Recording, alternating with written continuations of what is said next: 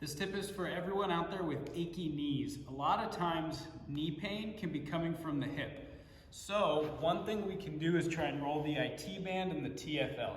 The way you're gonna do this is you're gonna get your foam roller and you're gonna start down at the knee, right on your side here. Use your off leg to help support and just roll along the IT band.